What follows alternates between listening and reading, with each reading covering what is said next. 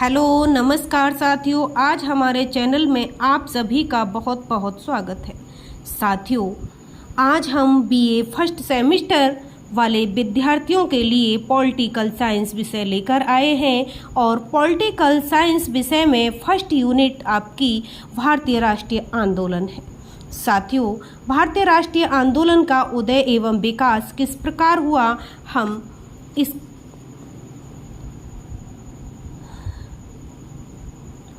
भारतीय राष्ट्रीय आंदोलन का उदय और विकास किस प्रकार हुआ। भारतीय राष्ट्रीय आंदोलन का जो उदय था वह एक इतिहास का महत्वपूर्ण पहलू था और यह भिन्न भिन्न क्षेत्रों में भिन्न भिन्न प्रकार से आंदोलन हुए। भारतीय राष्ट्रीय आंदोलन जो चलाए गए थे वो कांग्रेस द्वारा चलाए गए थे। देश की पूर्ण स्वतंत्रता की प्राप्ति से पहले, जब हमारा देश स्वतंत्र नहीं हुआ था उससे पहले ये जो आंदोलन हुए, इन आंदोलन को विभिन्न अवस्थाओं से गुजरना पड़ा और भारत में राष्ट्रीय आंदोलन का एक संगठित विकास जो हुआ वो 19वीं शताब्दी के अंतिम दौर में हुआ, अंतिम दशक में प्रारंभ हो गया। लेकिन इसके जो आंदोलन के लक्षण दिखाई देने लगे थे ये 19वीं शताब्दी के प्रारंभ से ही दिखाई देने लगे थे और 1828 में ब्रह्मा समाज का गठन हुआ, जिसने शिक्षित हिंदुओं को राष्ट्रीय भावना का प्रदर्शन किया और सन 1843 ईस्वी में ब्रिटिश इंडिया सोसाइटी तथा 1851 में ब्रिटिश इंडियन एसोसिएशन जैसी संस्थाओं का गठन आरंभ हुआ। ये संस्थाएं भारतीयों के राजनीतिक राष्ट्रवाद का प्रदर्शन तो करती थीं, किंतु उनमें केवल गिने चुने ही सदस्य थे। इनका कोई राष्ट्रव्यापी आधार नहीं था।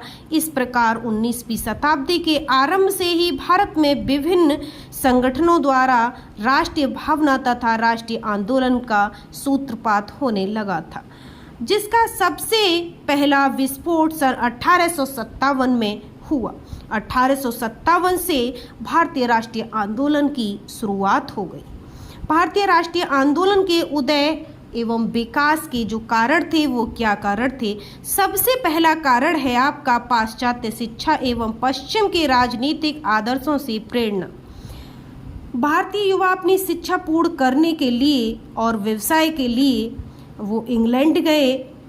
जब इंग्लैंड गए तो अंग्रेजों के संपर्क में आए और अंग्रेजों के संपर्क में आने के बाद राजनीतिक संस्थाओं के कार्य करने की व्यवस्था को भारतीय लोगों ने समझा और वे राजनीतिक स्वतंत्रता एवं स्वाधीनता के मूल्यों को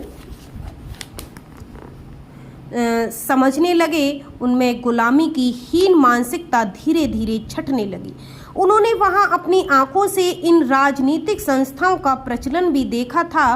भारत लौटने पर गुलामी की परिस्थितियां उन्हें खलने लगीं। उन्हें यह अनुभव हुआ कि उनके मौलिक अधिकार शून्य के बराबर हैं और वातावरण में दास्ता ही दास्ता है।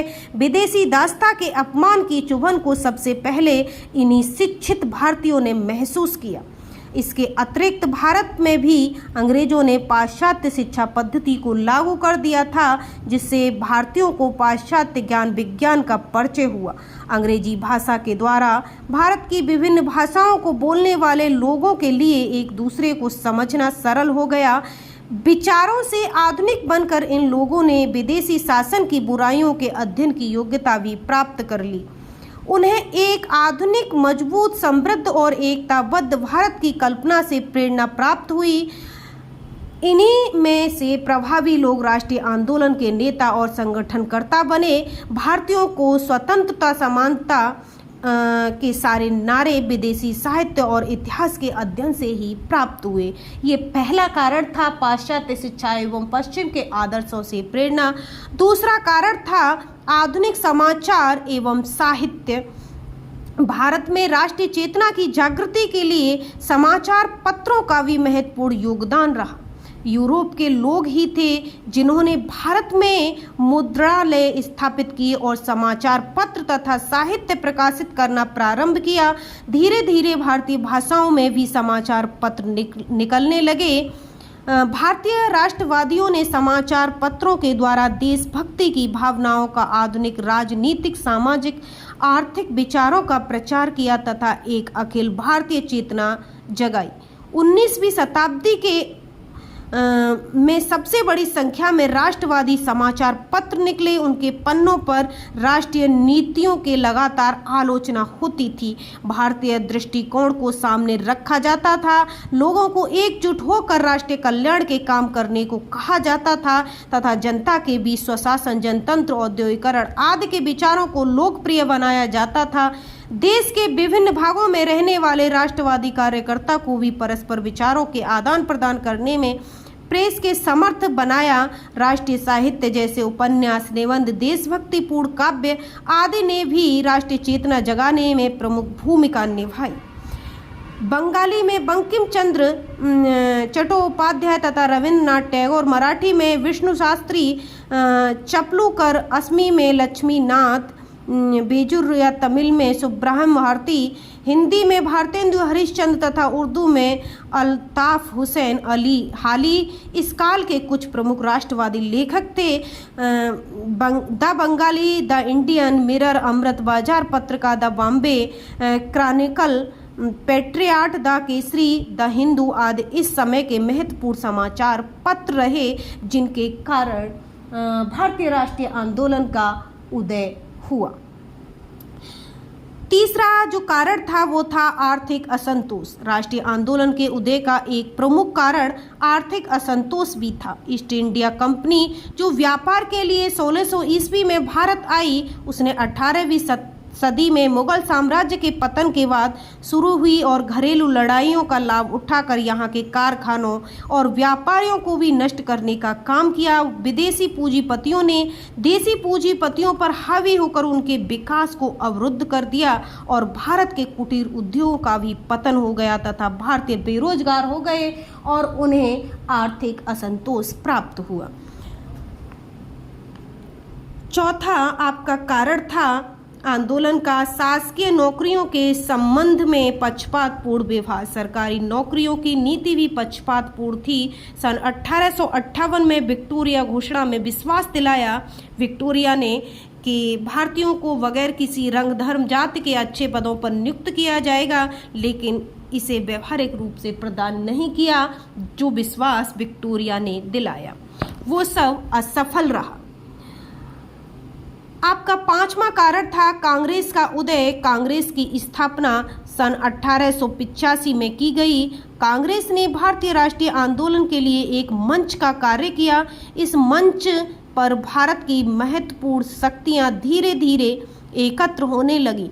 कांग्रेस के मंच से देश की विभिन्न समस्याओं के बारे में विचार होने लगे। धीरे धीरे कांग्रेस एक आंदोलन बन गई और राष्ट्रीय आंदोलन के विकास में कांग्रेस का योगदान एक स्वर्ण अक्षरों में रहा। महत्वपूर्ण योगदान कांग्रेस का ही था। 1857 की क्रांति से सीख मिली और भारतीय राष्ट्रीय आंदोलन का उदय हुआ। ये था भारत के प्रथम स्वतंत्रता संग्राम के नाम से सन 1857 की क्रांति को जाना जाता है। वैसे तो सन 1857 की क्रांति असफल रही। उसमें भाग लेने वाले भारतीय से अंग्रेजों ने जो व्यवहार किया, उनकी प्रतिक्रिया भारतीय मानस में हुई। भारत के लोग स्वतंत्रता के दीवानों के प्रति श्रद्धा से भर उठे और 1857 के विद्रोह को वे राष्ट्रीयता संग्राम के रूप में स्मरण करने लगे। सातवां कारण था इल्वर्टविल विवाद। लॉर्ड रिपन की काउंसिल से एक सदस्य इल्वर्ट ने 1883 में एक बिल जाति भेद पर आधारित न्यायिक असमर्थताएं समाप्त करने के लिए पेश किया, जिसका उद्देश्य भारतीय न्यायाधीशों को भी अंग्रेज अपराधियों के मामले सुनने एवं उन्हें दंड देने का अधिकार दिया जाना था। आंग्ल भारतीय समाचार पत्र ने इसका घोर विरोध किया। इसके विरोध में उग्र आंदोलन आरंभ किए।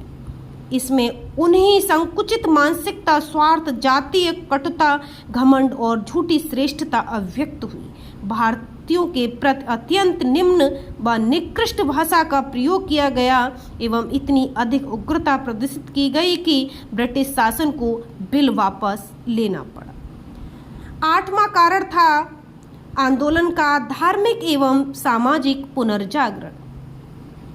राष्ट्रीय आंदोलन के विकास में धार्मिक तथा सामाजिक सुधार आंदोलन की निर्णायक भूमिका रही। 19वीं शताब्दी के शिक्षित भारतीयों ने पाश्चात्य दर्शन तथा विज्ञान के प्रकाश में अपने धार्मिक विश्वासों, रीति रिवाजों तथा सामाजिक प्रथाओं का पुनः परीक्षण करना प्रारंभ कर दिया। भारत के राष्ट्रीय पुनर्जागरण में देश विदेश के मनीषियों एवं चिंतकों ने अपना महत्वपूर्ण योगदान दिया। इसके परिणाम स्वरूप कई सुधारवादी संस्थाएं जैसे ब्रह्मा समाज, Arya Samaj, theosophical society, Ramakrishna mission आदि अस्तित्व में आए। उसी प्रकार मुसलमानों, सिखों तथा पारसियों की भी सुधारवादी संस्थाएं बनी। धार्मिक क्षेत्र में इस सुधार आंदोलन ने अंधविश्वास एवं मूर्ति पूजा आदि को चुनौती दी, तो सामाजिक क्षेत्र में उन्होंने जाति प्रथा, अस्पृश्यता एवं बाल विवाह आदि का कड़ा विरोध किया। इन संस्थाओं का यद्यपि कोई राजनीतिक उद्देश्य नहीं था, फिर भी भारतीय समाज को जगाने में इनका महत्वपूर्ण योगदान रहा। साथियों, ये आपके भारतीय राष्ट्रीय आंदोलन के कारण थे जो कि हमें भारतीय राष्ट्रीय आंदोलन करने पड़े। साथियों, आज के लिए इतना ही। धन्यवाद।